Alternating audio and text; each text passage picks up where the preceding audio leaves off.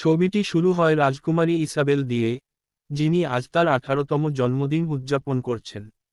তার মায়ের কাছ থেকে আশীর্বাদ পাওয়ার পর, তিনি প্রতি বছর যেমনটি করেন তার আলমারি খুলেন এবং একটি লাল বস্তু বের করেন যা থেকে একটি খুব তীব্র আলো নির্গত হচ্ছে। ইসাবেল গত 18 বছর ধরে এটি ব্যবহার করে আসছে, কিন্তু সে জানে না কে তাকে এটি দিয়েছে বা কোথা থেকে এসেছে। আজ সে এই বস্তুর পরিচয় প্রকাশ করতে চেয়েছিল, তাই সে এটি নিয়ে প্রাসাদ ছেড়ে চলে যায়। প্রাসাদ ছেড়ে যাওয়ার সাথে সাথেই বস্তুটি হঠাৎ একটি খুব তীব্র শিখা নির্গত করতে শুরু করে। রাজকুমারী ইসাবেলের হাত কাঁপতে থাকে এবং সে বস্তুটি নিচে ফেলে দেয়। রাজকুমারী ইসাবেলের চারপাশে আগুনের একটি বৃত্ত তৈরি হয় এবং হঠাৎ রাজকুমারী ইসাবেল আগুনের বৃত্তের মধ্যে অদৃশ্য হয়ে যায় এবং সবাই এটি দেখে এবং হতবাক হয়ে যায়। বিমো শব্দ শুনে বেরিয়ে আসে এবং চিন্তিত হয়ে পড়ে যে রাজকুমার কোথাও অদৃশ্য হয়ে গেছে। সেন্সেই তাকে 18 বছর আগের গল্প শোনান যখন গিং তার এক ভাই জেনারেল ম্যাক্সের সাথে যুদ্ধ করছিলেন এবং বহু বছর পর তার রাজ্যে ফিরে আসছিলেন। এই সময়ে আমরা জেনারেল ম্যাক্সের পরিবারকেও দেখতে পাই, যার মধ্যে তার স্ত্রী এবং তার ছেলে জন ছিল।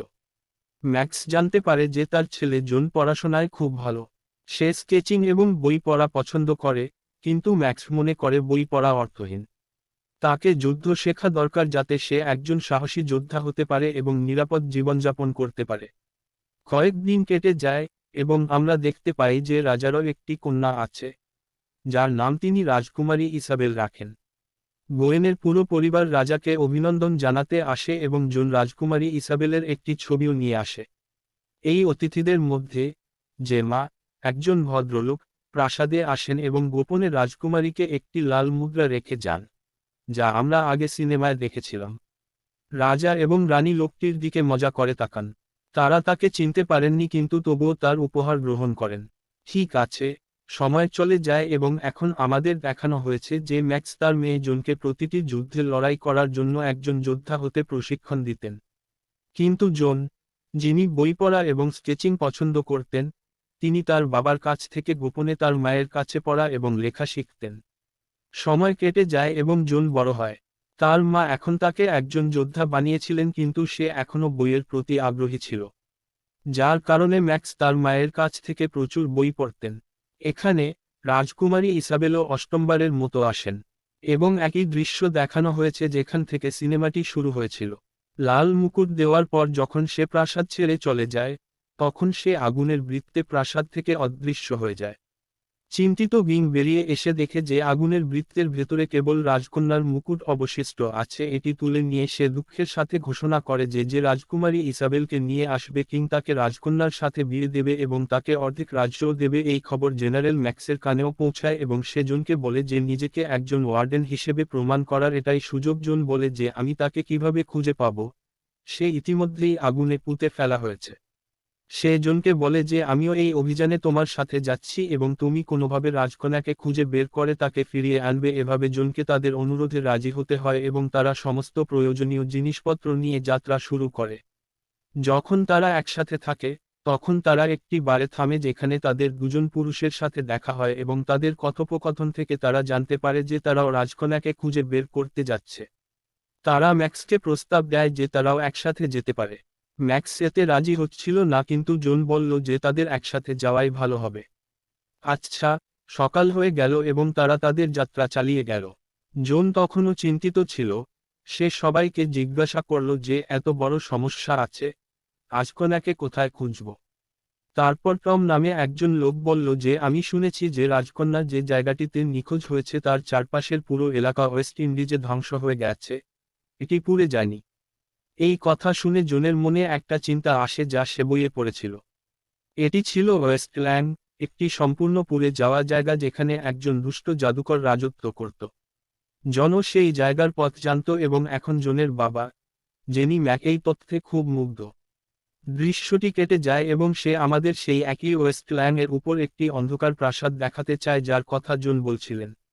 এখানে সে আমাদের সেই দুষ্ট জাদুকর দেখাতে চায় যে ইসাবেলকে অপহরণ করেছিল।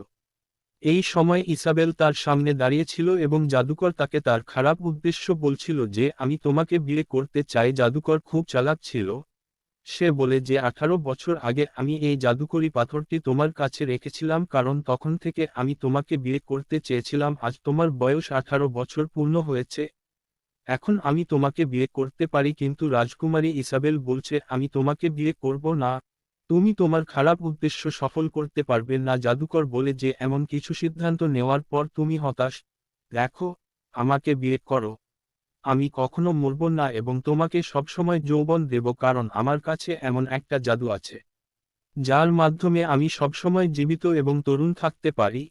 একই জাদু দিয়ে ইসাবেল তোমাকে সবসময় জীবিত এবং তরুণ রাখবে এবং খুব খুশিও রাখবে। কিন্তু ইসাবেল এখনও প্রত্যাখ্যান করে।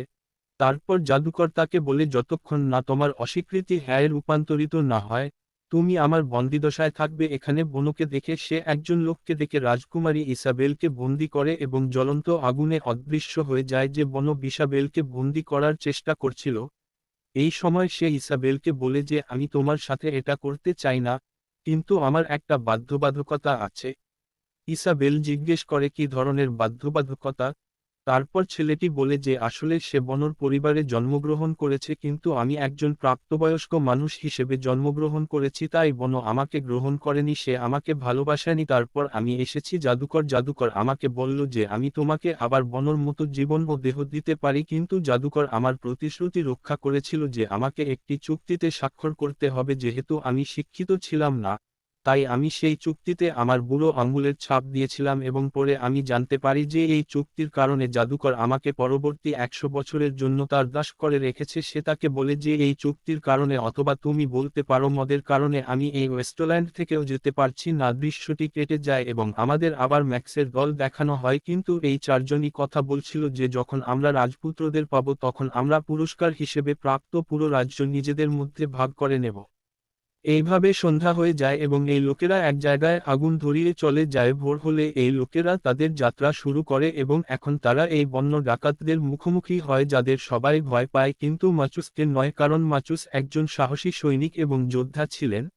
এত লোকের সাথে লড়াই করা তার জন্য একটি সাধারণ ব্যাপার ছিল।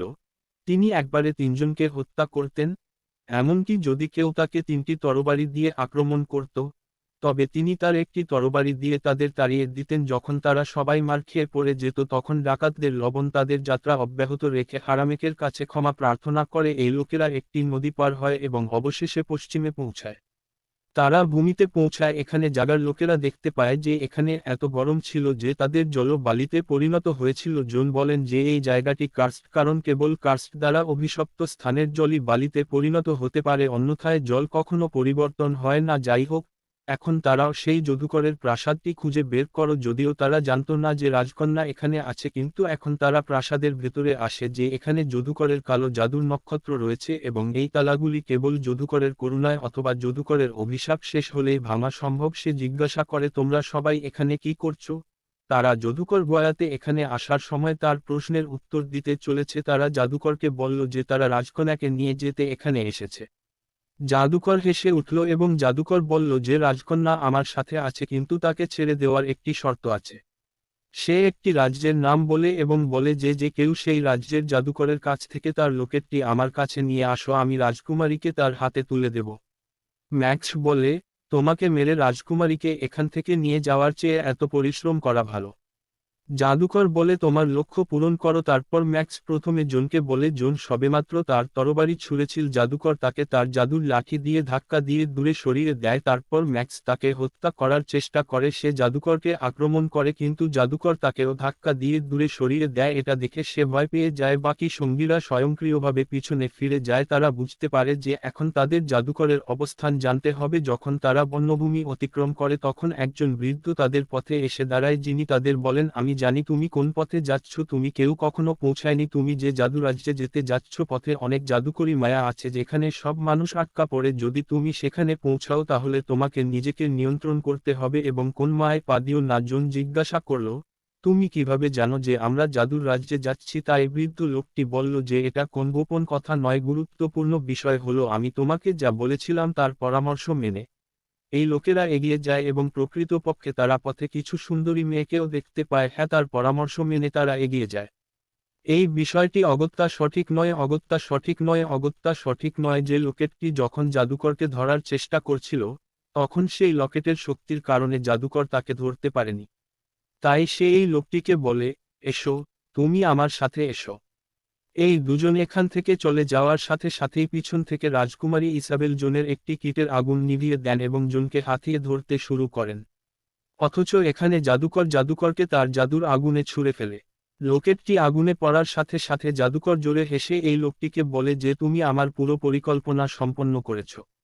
সে কোন জাদু নেই, চোখের পাতা পরীদের রানী আমার জাদুকরী অভিশাপের কারণে আমি এই জাদুকরী লোকেটটি চিবিয়ে খেতে পারিনি, কিন্তু তুমি আমার জন্য এই লোকেটটি এনেছো। এখন অপেক্ষা করো এবং দেখো, পরবর্তী পূর্ণিমার মধ্যে লোকেটটি গলে যাবে এবং পরীদের রানীও মারা যাবে এবং তার সমস্ত ক্ষমতা আমার হয়ে যাবে, যাতে আমি এই পুরো পৃথিবী শাসন করতে পারি। জন এবং ইসাবেলও এখানে আসার সময় সে এই কথাগুলো বলছিল। সে তার বন্ধুকে বলে, শোন, আমি তোমাকে এই কথাগুলো বলতে আসছিলাম।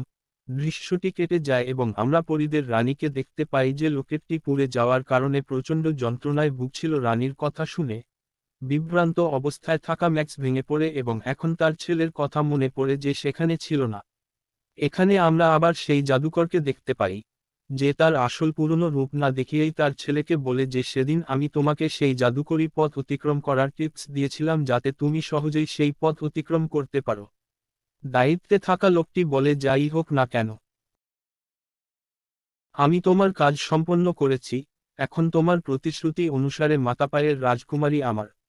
সে সাদা লোকটিকে দেখে হেসে বলে যে তুমি আমার কথা বিশ্বাস করেছ, তুমি খুব সরল। এই বলে সে তাকে একজন সাদা মানুষে পরিণত করে এবং এখন রাজকুমারী ইসাবেল বলে, চলো, আমাদের বিয়ের সময় হয়ে গেছে। ইসাবেল আবার রেগে তাকে বলে, আমি তোমাকে বলেছিলাম, তাই না? এখানে জন এখনো বিভিন্ন জিনিস দিয়ে জাদুকরের জাদুর আগুন নিভানোর চেষ্টা করছিল। সে তার বোতলের মালা তাতে রাখে। তারপর জাদুকর তাকে বলে যে এই আগুন এভাবে নিভাবে না, কারণ এটি একটি জাদুকরী আগুন। সে তার জাদু দিয়ে তাকে এখান থেকে দূরে ছুঁড়ে ফেলে দেয় এবং সে এখান থেকে সরে গিয়ে ম্যাক্সের কাছে চলে যায় যে এখন একই জাদুর রাজ্যে এসেছিল। সে বলে যে আমি এখানে কারো জোরে চিৎকার শুনেছি। তারপর পরী রানী বলে যে চিৎকারটি আমার ছিল। এখন বাতাস ম্যাক্সকে এই সব বলে এবং ম্যাক্স বুঝতে পারে যে এটি সবই সেই জাদুকরের কৌশল এবং সে এই পরীকে প্রতিশ্রুতি দিয়ে চলে যায় যে আমি তামারার কাছে যাব, এখানে বন্দি। পরী রানী বলে, তারা ম্যাক্সকে আরও বলে যে এই কাজটি পরবর্তী পূর্ণিমার আগে করতে হবে, অন্যথায় পরীদের রানী মারা যাবে এবং জাদুকরের মন্দ উদ্দেশ্য পূরণ হবে। এখন এই লোকেরা কথা বলছিল, ঠিক তখনই অন্যদিকে জাদুকর পরীর লকেটে মন্ত্র প্রয়োগ করে পরীকে সেখান থেকে একই লকেট ব্যবহার করে তার প্রাসাদে নিয়ে গেল। ম্যাক্স অবাক হয়ে অন্যান্য পরীদের জিজ্ঞাসা করল রানী কোথায় গেছে। তারপর সব পরীরা বলল যে জাদুকর তাকে অপহরণ করেছে। এখানে জাদুকর পরীকে বলছিল যে আমি তোমাকে অনেক দিন ধরে দেখেছি। তারা আর কিছু বলতে পারছেন না। বনা পেছনে থেকে এসে বলে যে তুমি খুব অভদ্র আচরণ শুরু করেছ। এই কথা শুনে আজকাল জাদুকরকে রাগাতে চায় এবং জাদুকর তার গলায় ফাঁস বেঁধে তাকে ফাঁদে ফেলে। সে ব্যাঙের উপর তার জাদুমন্ত্র প্রয়োগ করে এবং তাকে বলে যে যখন আমি তোমাকে সংকেত দেব তখন তুমি জনকে ধরে হত্যা করবে। এরপর জাদুকর তার জাদু দিয়ে রাজকুমারী ইসাবেলকে এখানে নিয়ে আসে এবং রাজকুমারীকে দেখায় এবং বলে যে আমি তাকে বিয়ে করতে যাচ্ছি।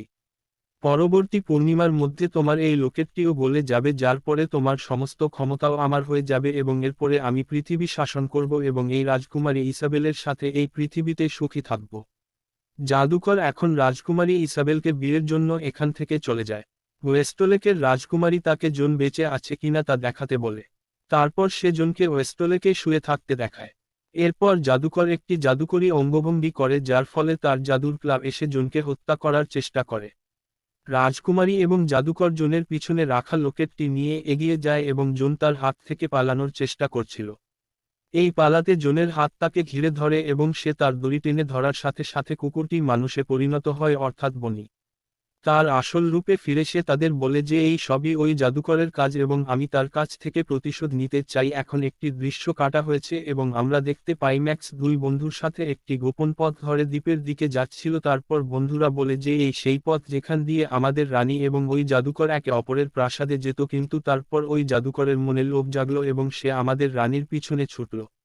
তারপর আমাদের রানী জিজ্ঞাসা করলেন তোমরা কোথায় নিখোঁজ ছিলে, কিন্তু ফ্রান্সিস এই জাদুকরের ভয়ে তাদের কিছুই বলতে পারল না এবং পাটের জাদুকর তাদের দুজনকেই বলল যে আমি তোমাদের ফ্রান্সিসকে নিয়ে এসেছি, এখন প্রতিশ্রুতি অনুসারে তোমাদের আমার কাছে এই প্রতিশ্রুতি দিতে হবে এবং যাতে তোমাদের অর্ধেক রাজ্য দিতে হবে, যেহেতু রাজাকে ওই জাদুকর সম্পর্কে সত্য বলা হয়নি। তাই রাজাও রাজি হয়ে গেলেন। দৃশ্যটি কেটে ফেলা হয় এবং আমাদের আবার জনকে দেখানো হয় যে সেই বীজ নিয়ে পশ্চিম ভূমি ছেড়ে যাওয়ার চেষ্টা করছিল। তারপর সে জনকে বলল যে জাদুকরের অভিশাপের কারণে আমি আগামী 16 বছর এই পশ্চিম ভূমি ছেড়ে যেতে পারবো না। তাই জন যুদ্ধ করতে গেল এবং বলল যে তুমি এখান থেকে বীজ বপন করে যেতে পারবে না, কিন্তু তুমি জিনোম হিসেবে চলে যেতে পারো। এই বলে সে জাদুকরের জাদুর দণ্ড আবার বীজ বপন করে এবং বীজ বপন করে আবার ববকিন্নি জিনোম। সে নেকড়ে রূপে নদী পার হয় এবং নদীর অপর পারে পৌঁছে সে তার পরিচয় প্রকাশ করে এবং জাদুকরের অভিশাপ ভেঙে মুক্ত হয়ে গেছে দেখে আনন্দিত হয়। তারা এখন রাজকন্যাকে চালদির হাত থেকে উদ্ধার করতে প্রাসাদে পৌঁছায় এবং বিয়ের আগে তারা সকলের কাছে জাদুকরের দ্বৈত সত্য প্রকাশ করে যে জাদুকর আসলে রাজকন্যাকে অপহরণ করেছিল এবং তাকে উদ্ধার করেনি। রাজা এসে জাদুকরকে হত্যা করার নির্দেশ দেন, কিন্তু জাদুকর তার জাদুর কাঠি দিয়ে সকলের তরবারিতে আগুন ধরিয়ে দেয়। এখানে আমরা ম্যাক্সকে দেখতে পাই যে এখন জাদুকরের প্রাসাদের জাদুকরের ঘরে পৌঁছেছে যেখানে তার জাদুর কাঠি রাখা হয়েছিল। জাদুর কাঠিটি খুঁজে পেয়ে সে তার সাথে জাদুর জল ঢেলে দেয়, যা তাকে পরীতে পরিণত করে। রানী তাকে লোকেটটি দিয়েছিলেন। অগ্নিনির্বাপক যন্ত্রটি দেওয়ার সাথে সাথেই তিনি এটি আগুন থেকে বের করে পরীদের রানীকে পড়াতে বাধ্য করেন এবং এইভাবে দৃশ্যটি কেটে ফেলার সময় পরীদের রানীর জ্ঞান ফিরে আসে এবং আমাদের দেখানো হয় যে জাদুর আগুনের নির্বাপক যন্ত্রের কারণে জাদুকর তার সমস্ত শক্তি হারিয়ে ফেলেছিল। যখন তার জনের সাথে লড়াই করার কথা ছিল তখন তাকে লড়াই করতে হয়েছিল কারণ তার জাদুকরী শক্তি কাজ করছিল না। তাই এই পুরুষালী জন তাকে এক ধাক্কায় মাটিতে ফেলে দেয় এবং সকলের চোখে সাহসী হয়ে ওঠে। এখন জাদুকরকে পড়ে যেতে দেখে ছেলেটি জাদুকরের নিজস্ব জাদুর তালাটি জাদুকরের হাতে দেয়, যার কারণে জাদুকরও কুকুরে পরিণত হয়। একইভাবে পরীদের রানী ম্যাক্সকে জাদু দিয়ে এখানে নিয়ে আসে। রানী ইয়াবার কিমকে পুরো সত্যটি বলে যে এইভাবে যান এবং তার মাঝে মাঝে মেরা পোহনি ভালো ছিল। এই সব সত্যিই ছিল ঘটনাক্রমে। তারা রাজকন্যাকে বাঁচিয়েছিল এবং রাজকন্যাকে, পরীদের এবং পরীদের দলকেও বাঁচিয়েছিল। সর্পরাজ খুব জ্ঞানী এবং তাদের দুজনের সাহসিকতার প্রশংসা করে এবং অবশেষে কাকাদের পছন্দমতো বিয়ে দেওয়ার সিদ্ধান্ত নেয়। এই সিদ্ধান্তে সবাই খুব খুশি হয় এবং গল্পটি এভাবেই শেষ হয়। নিয়ে